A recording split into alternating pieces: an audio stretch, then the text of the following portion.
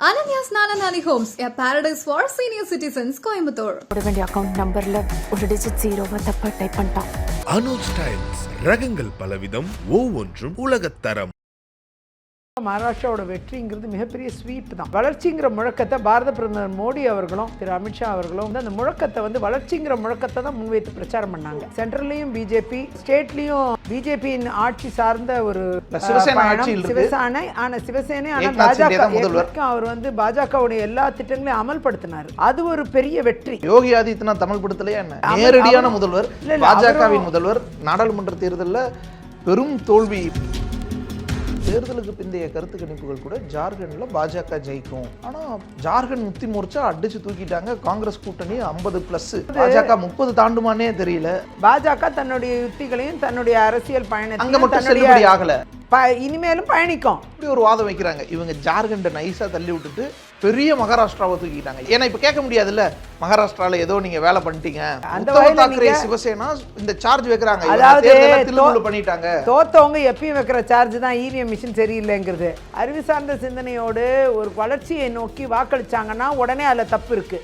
ஜார்க்கண்ட்ல அறிவு சார்ந்து வேலை செய்யல, வாக்களிக்கலையா? இல்ல, உத்தவ் தாக்கரேவுடைய சிவசேனா கட்சியே ரெண்டா உடைச்சு சிவசேனா கட்சியை எடுத்துட்டு வந்துட்டாங்க. தேசியவாத காங்கிரஸ்ல இருந்து சரத்பவார் அந்த கட்சியோட நிறுவனர் அவரே அனுப்பிச்சிட்டு அஜித் பவார் தலைமையில தேசியவாத காங்கிரஸ் எடுத்துக்கிட்டாங்க.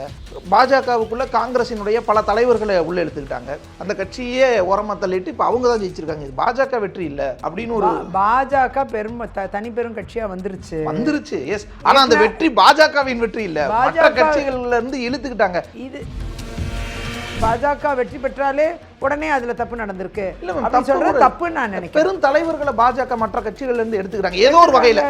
இடியை காட்டி, சிபிஐ கிடையாது. நானே ஒரு பெரிய தலைவராக தான் இருந்தேன் காங்கிரஸ்ல. இப்ப பிஜேபியில வரலையா? அதுக்கு நீ என்கிட்ட என்ன இடியை காமிச்சாங்களா, இதை சிபிஐ காமிச்சாங்களா? எதை? வயநாடு இடைத்தேர்தலில் பிரியங்கா காந்தி பெரும் வெற்றி பெறுகிறார். அமைச்சராக இருந்திருக்கலாம், பிரதமராக கூட ஆயிருக்கலாம். ஆனா அதுக்கு எதுக்குமே காங்கிரஸ் வழிவிடல. பிரியங்கா காந்திக்கே வழிவிடல. ராகுலை சுத்தி இருக்கிற கோட்டரி விடவே விடாது. இது வரைக்கும் அவரே அந்த நிலைப்பாட்டுக்கு வர முடியாத சூழ்நிலை தான் இருந்திருக்கு. அவருக்குமே நிறைய தடைகள் இருக்கு. பின்ன எதுக்கு கட்சி தலைவரை அவர் ரிசைன் பண்ணிட்டு போறாரு? இதெல்லாம் தாண்டி செய்யக்கூடிய தைரியமான ஒரு தலைவராக அவர் இல்ல. இன்றைய சிறப்பு நேர்காணலில் நம்மோடு இருக்கக்கூடியவர் பாரதிய ஜனதா கட்சியின் விஜயதரணி. வணக்கம் மேம். வணக்கம், நேயர்களுக்கு வணக்கம். சட்டமன்ற தேர்தல் முடிவுகள் 2 மாநிலங்களில் ஜார்க்கண்ட் மற்றும் மகாராஷ்டிரா தேர்தல் முடிவுகள் வந்துகிட்டு இருக்கு. மகாராஷ்டிராவில் பாரதிய ஜனதா கட்சி பெரும் வெற்றி. பாரதிய ஜனதா, சிவசேனா, தேசியவாத காங்கிரஸ் கூட்டணி மிக பெரும் வெற்றி. 220 தொகுதிகளுக்கு மேலே முன்னிலையில் இருந்துட்டு இருக்கிறாங்க. ஸோ இவ்வளவு பெரிய பிரம்மாண்டமான வெற்றிக்கான ஒரு காரணமாக என்ன நினைக்கிறீங்க? மகாராஷ்டிராவோட வெற்றிக்கு முதலாவது என்னுடைய வாழ்த்துக்கள். நிறைய லீடர்ஸ் வந்து அதற்காக பாடுபட்டிருக்காங்க, நிறைய தொண்டர்கள் பாடுபட்டிருக்காங்க, கட்சி நிர்வாகிகள் பாடுபட்டிருக்காங்க, மக்கள் அன்போடு அரவணைச்சிருக்காங்க பாஜக கூட்டணியை. அதற்காக மக்களுக்கு எங்களுடைய மனமார்ந்த நன்றிகளை இந்த நேரத்தில் பதிவு செய்கிறேன். குறிப்பாக மகாராஷ்டிராவோட வெற்றிங்கிறது மிகப்பெரிய ஸ்வீப் தான். பிஜேபி தனிப்பெரும்பான்மை கட்சியாகவும் உருவெடுத்திருக்கு. அந்த வகையில் வந்து நிச்சயமாக வந்து அதே மாதிரி கூட்டணி கட்சிகளுடைய மிகப்பெரிய ஆதரவும் பிஜேபிக்கு இருக்குது. ஆகையால் மகாராஷ்டிரா வந்து வளர்ச்சியை நோக்கி பயணிக்கும் ஒரு பயணமாக இந்த முறை மக்கள் விரும்பி வாக்களிச்சிருக்காங்க. ஒரு சித்தாந்த ரீதியான ஒவ்வாமை கூட்டணிக்கு வாக்களிக்கக்கூடாது அப்படிங்கிறதுல மக்கள் தெளிவாக இருந்திருக்கிறாங்க. குறிப்பாக வந்து வளர்ச்சிங்கிற முழக்கம் தான் அங்கே வெற்றி பெற்றிருக்கு. ஒரு பரிமாண வளர்ச்சியை விரும்புகிறாங்க மக்கள். ஒரு அறிவு சார்ந்த பார்வையில் பயணிக்கக்கூடிய இடத்துல ஒரு டெவலப்மெண்ட் ப்ராசஸ் அப்படிங்கிறத தான் இந்தியா முழுக்க இருக்க டெவலப்மெண்ட்டாக மக்கள் பார்க்குறாங்க. அதை தான் வந்து மகாராஷ்டிராவில் வந்து அடுத்த கட்டத்திற்கு நகர்த்தி செல்ல வேண்டும் மாநிலத்தை அப்படிங்கிறதுல மக்களே தெளிவான ஒரு முடிவை எடுத்ததை பார்க்க முடியுது.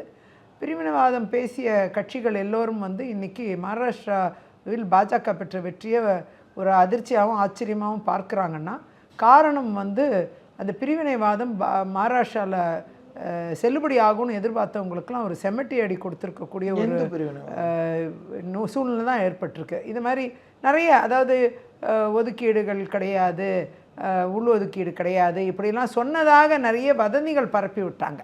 அதெல்லாம் பேசவே இல்லை. புதிய ஒதுக்கீடுகள் வராது, இருக்கிற ஒதுக்கீடு இருக்குன்னு தான் சொல்லியிருந்தாங்க. ஆனால் இதெல்லாம் பரப்புரையில் ஒரு பெரிய பரப்புரையாக மேற்கொள்ளப்பட்டு அதனால் பிரிவினைவாதத்தின் காரணமாக பலனடையலான்னு எதிர்பார்த்த இந்தியா கூட்டணி வந்து வெற்றி பெற முடியல. அதுக்கு காரணம் வந்து மெயினாக வந்து வளர்ச்சிங்கிற முழக்கத்தை பாரத பிரதமர் மோடி அவர்களும் திரு அமித்ஷா அவர்களும் அனைத்து தலைவர்களும் வந்து அந்த முழக்கத்தை வந்து வளர்ச்சிங்கிற முழக்கத்தை தான் முன்வைத்து பிரச்சாரம் பண்ணாங்க. பிரதமர் மோடியினுடைய ஆட்சி மகாராஷ்டிராவோட பாஜக வெற்றிக்கு ரொம்ப காரணமாக இருந்திருக்கு. நிச்சயமா, அதாவது டபுள் இன்ஜின் சர்க்கார் அப்படின்னு சொல்றதுக்கான ஒரு முதல் உதாரணம்ங்கிறது மகாராஷ்டிரா தான். இன்றைக்கி வந்து சென்ட்ரல்லையும் பிஜேபி, ஸ்டேட்லேயும் பிஜேபியின் ஆட்சி சார்ந்த ஒரு சிவசேனை, ஆனால் பாஜக ஏக்நாத் ஷிண்டே முதல்வர் அவரை பொறுத்த வரைக்கும் அவர் வந்து பாஜகவுடைய எல்லா திட்டங்களையும் அமல்படுத்தினார். அது ஒரு பெரிய வெற்றி. யோகி ஆதித்யநாத் அமல்படுத்தலையா என்ன? நேரடியான முதல்வர், பாஜகவின் முதல்வர். நாடாளுமன்ற தேர்தலில் பெரும் தோல்வி. பாஜகவுக்கு வந்து 60-70 தொகுதி கிடைக்கும் இடத்துல 30 சமாஜ்வாதி பெரிய ஸ்வீப் பண்ணிட்டு போனாங்க. 40 தொகுதிகள் கிட்ட சமாஜ்வாதி காங்கிரஸ் ஜெயிச்சாங்க. அது வந்து பாராளுமன்ற தேர்தலில் அது ஒரு பின்னடைவு இருந்தது. ஆனால் நிச்சயமாக வந்து மகாராஷ்டிராவில் அது பின்னடைவு இல்லாமல் அந்த சூழ்நிலைகள் பெரிய அளவில் இன்னைக்கு வந்து பாஜகவை ஒரு தனிப்பெரும் கட்சியாக உருவெடுக்க வச்சது மட்டும் இல்லை, சிவசேனா தேசியவாத காங்கிரஸ் ஆதரவு, சிவசேனா தேசியவாத காங்கிரஸின் ஆதரவு என்பது ஒரு மிகப்பெரிய உறுதுணையாக இருந்திருக்கு. அதில் ஒரு மாற்றுக்கருத்து இல்லை. அவங்களுடைய ஆட்சி, அதாவது ஷிண்டே அவர்களின் ஆட்சி வந்து ஒரு மிகப்பெரிய உதாரணமாக மக்கள் பார்க்கிறார்கள். அதை வந்து ஒரு உண்மையான சிவசேனா இதுங்கிறத மக்களே ஏற்றுக்கொண்டதாக நம்ம இப்போ புரிஞ்சுக்கணும். கட்சி பேரு, சிம்பிள் எல்லாமே இங்கே தான் இருக்கு. அது மட்டும் கிடையாது, ஷிண்டே அவர்களையும் ஏற்றுக்கிறாங்க, ஒரு நல்ல முதலமைச்சராக ஏற்றுட்டு இருக்காங்க.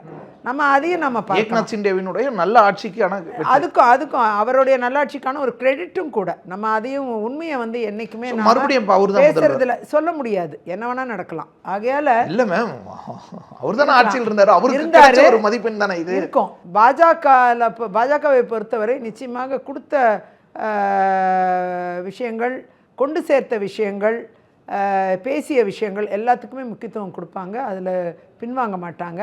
ஆகையால் நிச்சயமாக வந்து ஷிண்டே அவர்களுக்கு உண்டான உரிய மரியாதையை அவங்க கொடுப்பாங்க. பேச்சுவார்த்தை மூலமாக இனிமே தான் விஷயங்கள் முடிவாகும். தனிப்பெரும் கட்சியாக பாஜக உருவெடுத்தாலும் அங்கே இருக்கக்கூடிய சூழ்நிலைகளை அனுசரித்து தான் போவாங்க. அந்த வகையில் வந்து மகாராஷ்டிராவை பொறுத்த வரைக்கும் மீண்டும் ஒரு நல்லாட்சி வருவதற்கான சாத்தியக்கூறுகள் ஏற்பட்டிருக்கிறத நம்ம பார்க்க வேண்டும். ஆனால் ஜார்க்கண்ட் தேர்தலுக்கு பிந்தைய கருத்து கணிப்புகள் கூட ஜார்க்கண்டில் பாஜக ஜெயிக்கும் அப்படின்னு சொல்லிக்கிட்டு இருந்தாங்க. ஆனால் ஜார்க்கண்ட் முக்தி மோர்ச்சா அடிச்சு தூக்கிட்டாங்க. காங்கிரஸ் கூட்டணி 50+. அதாவது பாஜக 30 தாண்டுமானே தெரியல. இல்லை, பாஜகவை பொறுத்தவரை பாஜக முந்தைய நிலைமைக்கு இப்போ இம்ப்ரூவ்மெண்ட் இருந்தால் கூட அங்கே வந்து ஜார்க்கண்ட் முக்தி மோர்ச்சாங்கிறது இந்தியா கூட்டணியோட ஒரு பகுதி. அங்கேயும் காங்கிரஸ் பெருசாக வரல, காங்கிரஸ் நின்ன சீட்டுகளில் பெருசாக ஜெயிக்கலை. ஆனால் அதே நேரம் ஜேஎம்எம் ஜெயிச்சிருக்கிறாங்க. ஜேஎம்எம்மை பொறுத்த வரைக்கும் மீண்டும் ஆட்சியை பிடிக்கிற நிலைமைக்கு இன்னைக்கு இருக்காங்க. பிளஸ் வந்திருக்காங்க. 42 இருந்தா போதும். இன்னும் கொஞ்சம் டைம் இருக்கு. எல்லாம் மகாராஷ்டிராலையும் டிக்ளேர் பண்ற வரைக்கும் நம்ம வெயிட் பண்ணோம். ஃபுல் எல்லாமே வந்து டிக்ளேர் ஆகிற வரைக்கும் அங்கே நம்ம வெயிட் பண்ணல. ஆட்சியை பற்றி பேசுகிறோம். இல்லை, ஆட்சியை பற்றி பேசுறது மட்டும் அங்கேயும் நான் ஆட்சியை பற்றி பேசலை. ஆட்சி கூட இனிமே தான் டிசைட் பண்ணோம். நம்ம தனியாக ஒருதலை பட்சமாக யாரும் பாஜகவில் டிசைட் பண்ணக்கூடாதுங்கிறது கட்சியோட நிலைப்பாடு. கூட்டணிகளில் அனுசரித்து போகக்கூடிய தன்மை இருக்கக்கூடிய பாஜக இன்றைக்கி தனிப்பெரும்பான்மையோடு போன 2 முறை மோடி அவர்கள் ஜெயிச்சப்போ கூட கூட்டணி கட்சிகளுடைய தலைவர்கள் மந்திரிகளாக இருந்தாங்க ஆட்சியில். இன்றைக்கி கொஞ்சம் கம்மியாக ஜெயிச்சா கூட 3ஆம் முறை மோடி அவர்கள் ஆட்சியை ஏற்கும்பொழுது பிற கட்சிகளுக்கு கூட்டணி அந்தஸ்தை கொடுத்து மரியாதையை தொடர்ந்து எப்பயும் போல் கொடுத்துட்டு வராங்க. அதை மாதிரி மகாராஷ்டிராலையும் அதே ஈக்குவேஷன் தான் இருக்கும். பாஜக தன்னுடைய நிலைப்பாடை ஒரு நாளும் மாற்றிக்காது, அந்த நிலைப்பாடில் தான் கண்டினியூ ஆவாங்க. ஜார்க்கண்டை பொறுத்தவரை இதை சரிவன் நம்ம எடுத்துக்க முடியாது. பாஜகவுடைய வளர்ச்சி இருக்குது, இல்லைன்னு சொல்ல முடியாது. அந்த கூட்டணியில் ஏற்பட்ட சில ஜார்க்கண்ட் முக்தி மோர்ச்சா கட்சியிலேருந்து ஹேமந்த் சோரன் சிறைக்கு போனப்போ முதல்வரான ஒருவரே அங்கேருந்து வெளியில் வந்துட்டார். ஜார்க்கண்ட் முக்தி மோர்ச்சாலிருந்து பிரிஞ்சு வந்து பாஜகவில் ஐக்கியமாயிட்டார். அப்படிப்பட்ட சூழலில் பாஜக இன்னும் ஸ்ட்ராங் தான் ஆயிருக்கணும். அவங்க ஈஸியாக ஜெயிச்சிருவாங்கன்னு தேர்தலுக்கு பிந்தைய கருத்து கணிப்புகளும் சொல்லுது. ஆனாலும் ஜெயிக்க முடியலைங்கிறது. சிஎம்மாக கொஞ்ச காலம்தான் இருந்தார். நீங்கள் ஹேமந்த் சோரனை பொறுத்த வரைக்கும் நீங்கள் பார்த்தீங்கன்னா, சிபு சோரனை ஒரு காலத்தில் மூட்டை மூட்டையாக பணத்தை கொண்டு போய் பாராளுமன்றத்தில் கொட்டினப்போ காங்கிரஸ் வந்து அவரை கைது பண்ணி ரொம்ப நாள் அவர் மேலே வழக்குகள் நடந்தது. அதுக்கப்புறம் அவர் எதுவாகவும் ஆக முடியல அங்கே. அது இந்த சூழ்நிலை உங்களுக்கும் தெரியும். அதே ஹேமந்த் சோரன் அவர் பையன் வந்தோன்னா அந்த குடும்பம் வந்து தொடர்ந்து பயணிச்சுக்கிட்டே இருக்குது அந்த இதில். ஆகையால் ஜார்க்கண்ட் முக்தி மோர்ச்சாவை பொறுத்த வரைக்கும் அவங்களுக்கு ஒரு எட்ஜ் இருக்குது. அந்த இந்தியா கூட்டணியில் ஒரு முக்கியமான எட்ஜ் வந்து அந்த கட்சிக்கு, ஒரு மாநில அந்தஸ்துள்ள கட்சிக்கு இருக்குது. அதான் நம்ம பார்க்க வேண்டிய ஒன்று. உண்மை நிதர்சனத்தை ஏற்றுக்கிறதுல ஒன்றும் தவறு இல்லை. ஆனால் அதே நேரம் ஊழல் குற்றச்சாட்டு வைக்கப்பட்டிருக்கிறார்.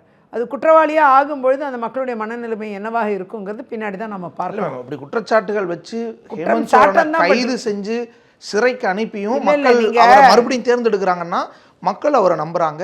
அவர் அரசியல் ரீதியா பழிவாங்கப்படுறாரோன்ற எண்ணம் மக்கள்கிட்ட இருக்குன்னு தானே அர்த்தம். அதாவது அப்போ அரவிந்த் கெஜ்ரிவாலுக்கும் அதான் பொருந்தும்னு நீங்க சொல்லுவீங்க. ஆனா அதே நேரம் குற்றம் சாட்டப்பட்டவர் என்ற நிலைமையில் நீங்க பார்த்தீங்கன்னா குற்றவாளிங்கிறது இனிமே தான் அது கோர்ட் தீர்மானிக்கணும். ஆகையால் குற்றம் சாட்டப்பட்டவர் என்ற நிலைமையில் மக்கள் வாக்களிச்சிருக்கலாம். இன்னைக்கு குற்றவாளியின் நிரூபணம் ஆகிற நிலைமையில் அதோட சூழ்நிலைகள் வேறவாக கூட இருக்கும். மக்கள் மனநிலைமை மாறக்கூடிய வாய்ப்பும் இருக்கும். மாறலாம். அதனால இப்ப மாறலையே.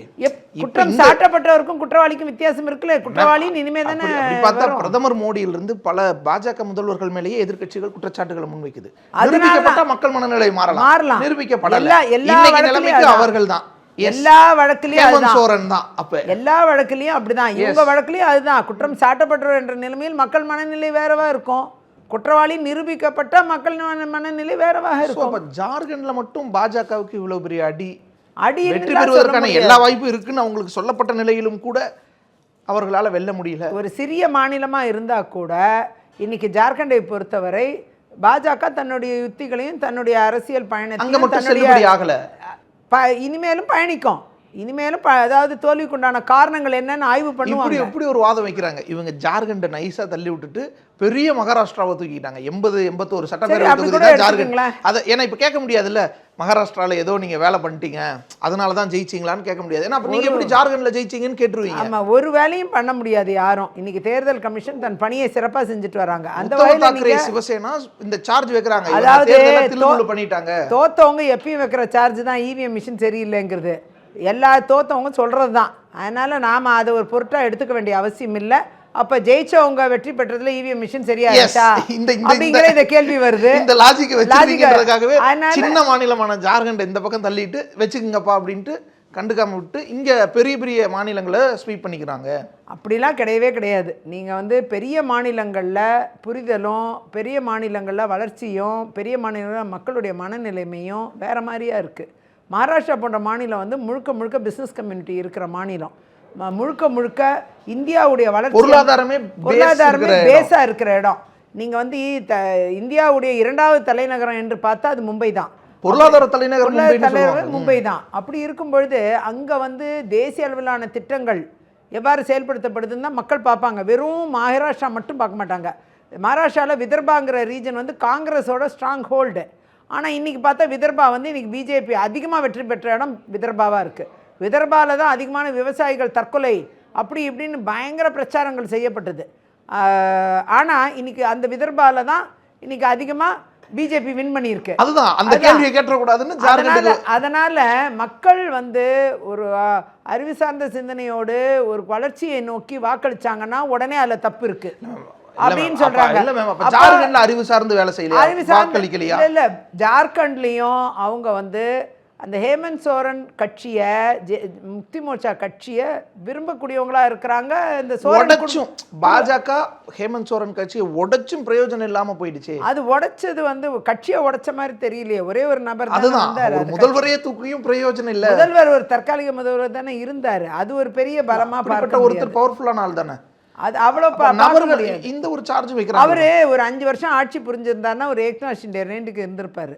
புரியுதுங்களா? இப்போ ஏக்நாத் ஷிண்டேவே வரும்போது ஒரு அமைச்சர் தானே. மாதங்கள் தானே இருந்தாரு. ஏக்நாத் ஷிண்டே வரும்போது ஒரு அமைச்சர் தானே. அமைச்சர். ஆனால் பல இப்போ கிட்டத்தட்ட 4 ஆண்டுகள் ஆட்சியை கொடுத்த பிறகு தான் அவருக்கு மீண்டும் மக்கள் வந்து ஏக்நாத் ஷிண்டேக்கு வாக்களிச்சிருக்காங்க. அவரும் நல்ல வெற்றியை பெற்றாரு. அங்க இருந்த நம்பிக்கையை இங்கே வர மாட்டேங்குது. அது வர்றதுக்கு கொஞ்சம் டைம் எடுக்கும். நீங்கள் வந்து ஜார்க்கண்டில் பாஜக வளர்ந்து கொண்டிருக்கு. இன்னொரு பக்கம் இப்போ மகாராஷ்டிராவே ஆகட்டும், பாஜகவின் வெற்றி இல்லை. இது பல கட்சிகளில் இருந்து முக்கிய தலைவர்களை பாஜக வாங்கிக்கிட்டாங்க அல்லது தனக்குள்ளே கொண்டு வந்துக்கிட்டாங்க. அவங்க தான் ஜெயிச்சிருக்காங்க. இப்போ அசோக் சவான்லேருந்து இப்படி காங்கிரஸ்லேருந்து வந்தவங்க, உத்தவ் தாக்கரேவுடைய சிவசேனா கட்சியே ரெண்டாக உடைச்சி சிவசேனா கட்சியை எடுத்துகிட்டு வந்துட்டாங்க. உத்தவ் தாக்கரேவை மட்டும் அனுப்பிச்சிட்டாங்க. தேசியவாத காங்கிரஸ்லேருந்து சரத்பவார் அந்த கட்சியோட நிறுவனர் அவரே அனுப்பிச்சிட்டு அஜித் பவார் தலைமையில் தேசியவாத காங்கிரஸை எடுத்துக்கிட்டாங்க. பாஜகவுக்குள்ளே காங்கிரஸினுடைய பல தலைவர்களை உள்ளே எடுத்துக்கிட்டாங்க. ஸோ இப்போ எல்லாம் காங்கிரஸ், தேசியவாத காங்கிரஸ், சிவசேனா இந்த 3 கட்சியில் இருக்கக்கூடிய முக்கிய விஷயங்களை எடுத்துக்கிட்டு அந்த கட்சியே ஓரமாக தள்ளிட்டு இப்போ அவங்க தான் ஜெயிச்சிருக்காங்க. இது பாஜக வெற்றி இல்லை அப்படின்னு ஒரு பாஜக தனிப்பெரும் கட்சியாக வந்துருச்சு. எஸ், ஆனால் அந்த வெற்றி பாஜகவின் வெற்றி இல்லை, மற்ற கட்சிகள்ல இருந்து இழுத்துக்கிட்டாங்க. இது இல்லை, அதெல்லாம் கிடையாது. மக்களின் வெற்றி, மகாராஷ்டிரா மக்களுடைய வெற்றி. இது நாம் வந்து கொச்சைப்படுத்தக்கூடாது. நம்ம வந்து ஓட்டு போட்ட ஜனங்களை நம்ம கொச்சைப்படுத்தக்கூடாது. அவங்களுக்கு அவங்க ஏன் ஓட்டு போட்டாங்க அப்படிங்கு ஒரு புரிதல் இருக்குது அவங்களுக்கு. ஸோ அதில் படித்தவங்க இருக்காங்க, படிக்காதவங்க இருக்கிறாங்க, சாமானிய மக்கள் இருக்காங்க, பணக்காரர்கள் இருக்காங்க, நடுத்தர மக்கள் இருக்காங்க, எல்லோரும் இருக்காங்க. எல்லாரையும் உள்ளடக்கிய எல்லா மதத்தையும் சார்ந்தவர்களும் இருக்காங்க. அப்படி இருக்கும்போது அந்த மக்களுடைய மனநிலை என்ன, அவர்கள் கொடுத்த வாக்குகள் எதற்காக கொடுத்தார்கள் அப்படிங்கிறத நாம் கொச்சைப்படுத்த ஆரம்பித்தோம்னா நிச்சயமாக தோல்வி பெறும்போதெல்லாம் பாஜக வந்து அந்த தோல்வி பெற்ற மாநிலங்கள் உள்ள மக்களையும் கொச்சைப்படுத்துகிற மாதிரி பாஜகவோ இல்லை காங்கிரஸோ யாருமே அந்த செயல்பாடில் இறங்கக்கூடாது. என்னுடைய இது அதுதான். அந்த வகையில் வந்து பாஜக வெற்றி பெற்றாலே உடனே அதில் தப்பு நடந்திருக்கு அப்படின்னு சொல்கிறது தப்புன்னு நான் நினைக்கிறேன். பெரும் தலைவர்களை பாஜக மற்ற கட்சிகள்லேருந்து எடுத்துக்கிறாங்க ஏதோ ஒரு வகையில். இடியை காட்டி அப்படிலாம் கிடையாது. நானே ஒரு பெரிய தலைவராக தான் இருந்தேன் காங்கிரஸில். இப்போ பிஜேபியில் வரலையா? அதுக்கு நீ என்கிட்ட என்ன இடியை காமிச்சாங்களா, இதை சிபிஐ காமிச்சாங்களா, எதை காமிச்சாங்க? குற்றச்சாட்டுகள் நீங்களே வச்சிருக்கீங்களா? அதெல்லாம் கிடையாது, அதெல்லாம் கிடையவே கிடையாது. நீங்களே வச்ச குற்றச்சாட்டு தான். அதாவது காங்கிரஸில் இருந்தப்ப திமுக மேலே எவ்வளோ வழக்குகள் போடப்பட்டுச்சு. காங்கிரஸ் கூட்டணி இருந்த திமுக மேலே வழக்குகள் போட்டாங்க, நிறைய பேர் அரெஸ்ட் பண்ணாங்க. இதுதான் உண்மை நிலைமை. அப்படிலாம் காங்கிரஸ் காலத்திலேயே நடந்திருக்கிறத நீங்கள் மறந்துடக்கூடாது. ஆகையால் காங்கிரஸ் செஞ்சதே நியாயப்படுத்திட முடியுமா? பாஜக தன் கூட்டணியில் உள்ளவர்களையோ கூட்டணியில் இல்லாதவர்களே என்றோ யார் மேலேயும் எந்த விஷயத்தையும் செய்யறதில்லை. அவங்கவுங்க தனிநபர்கள் மேலே என்னென்ன பிரச்சனைகள் இருக்கோ அதை பொறுத்து அரசு தன் பணியை செய்கிறது. காங்கிரஸும் அந்த டைமில் அப்படி செஞ்சுருக்கோம். நீங்கள் அதை வந்து ஒரு அரசியல் சாயமோ இல்லை ஒரு மதச்சாயமோ இதெல்லாம் ஜாதி சாயமோ பூசாதீங்கன்றீங்க. உத்தரப்பிரதேசத்தில் இதே சமயத்தில் இடைத்தேர்தல் நடக்குது. இஸ்லாமியர்களை வாக்களிக்கவே விட மாட்டாங்க. போலீஸை வச்சே மிரட்டி இஸ்லாமியர்கள் வாக்களிக்கிறத தடுத்தாங்கன்னு செய்திகள் வந்துச்சு, காட்சிகள் வந்துச்சு. செய்திகள் வரும், காட்சிகளும் வந்துச்சு, வீடியோக்களே ரிலீஸ் ஆச்சு. காட்சிகள் எல்லாம் உருவாக்கலாங்க, சாட்சிகளை தான் உருவாக்க முடியாது. காட்சியோட என்ன சாட்சி இருக்க முடியும்? கண்ணால் காண்பதும் போய் காதால் கேட்பதும் போய் தீர விசாரிப்பதே மெய். அதனால நீங்க அந்த காட்சிகளை தீர விசாரிச்சிங்கன்னா அதன் பின்னணி என்னன்னு தெரிய வரும். ஆகையால் ஒரு காட்சிகளை வச்சே சில முடிவுகளுக்கு வரக்கூடாதுங்கிறது என்னுடைய கோரிக்கை. இது மாதிரி விஷயங்கள் வந்து எலக்ட்ரல் பாலிட்டிக்ஸில் பயங்கரமான விஷயங்கள் நடக்கக்கூடிய வாய்ப்புகள் இருக்குது. அந்த வாய்ப்புகளை நிச்சயமாக வந்து அவங்கவுங்க அவங்க சாதக விஷயங்கள் லாபத்துக்காக பயன்படுத்திக்குவாங்க, அரசியல் கட்சிகள் பயன்படுத்திக்கும். அதை மாதிரி இடத்துல இல்லாமல் உண்மையான வளர்ச்சியை நோக்கி பயணிக்கக்கூடிய ஒரு மனநிலையோடு நாம் பயணிப்போமே ஆனால் அது மக்களுக்கும் நல்லது. மக்களுக்கு கிடைச்ச வெற்றியாக நம்ம அதை பார்க்கணும். அது ஜார்க்கண்டில் தோத்துட்டோங்கிறதுக்காக ஜார்க்கண்ட் மக்களை திட்டுவதோ, அங்கே உள்ள அரசியல் கட்சிகளை விமர்சிப்பதோ, இல்லை இவிஎம் மிஷினை திட்டுறதோ, மகாராஷ்டிராவில் ஜெயிச்சிட்டோங்கிறதுக்காக எல்லாத்தையும் பாராட்டுறதோ, இல்லை தன்னைத்தானே பெருமையாக நினைக்கிறதோ ரெண்டுமே தவறான ஒன்று.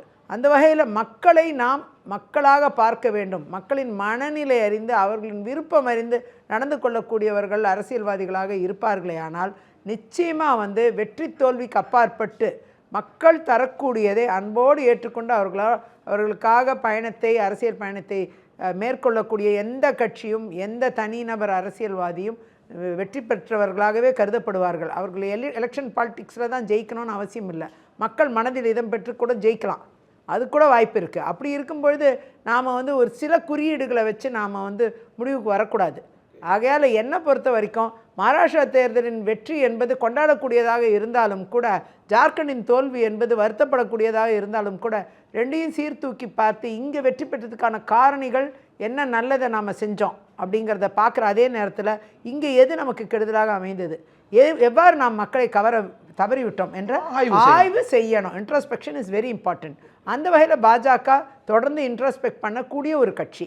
ஸ்ட்ராட்டஜிக்கல் இன்ட்ரோஸ்பெக்ஷனுங்கிறது பாஜகவில் தொடர்ந்து இருந்துக்கிட்டு இருக்க ஒன்று. ஆகையால் அது தொடர்ந்து செய்வார்கள் என்பது என்னுடைய நம்பிக்கை. இன்னொரு பக்கம் வயநாடு இடைத்தேர்தலில் பிரியங்கா காந்தி பெரும் வெற்றி பெறுகிறார். அவருடைய இந்த வெற்றி அவர் நேரடியாக தேர்தல் அரசியலுக்கு வந்தது குறித்து. பிரியங்கா காந்தி அவர்களுடைய வெற்றி எதிர்பார்த்த வெற்றி தான். அது மிகப்பெரிய வெற்றி. ஒரு பாப்புலர் லீடர். அது மட்டும் கிடையாது, அவங்க வந்து ஒரு பெரிய பாரம்பரிய குடும்பத்தை சார்ந்தவர். ரெண்டாவது, வயநாடுங்கிற பூமி வந்து உறுதியாக வந்து காங்கிரஸ்க்கு உண்டான தளத்தை தரக்கூடிய ஒரு பூமி தான் அது. கம்யூனிஸ்ட்டும் பாஜகவும் ஒரே மாதிரியான வாக்குகளை பிரிக்கிறாங்க.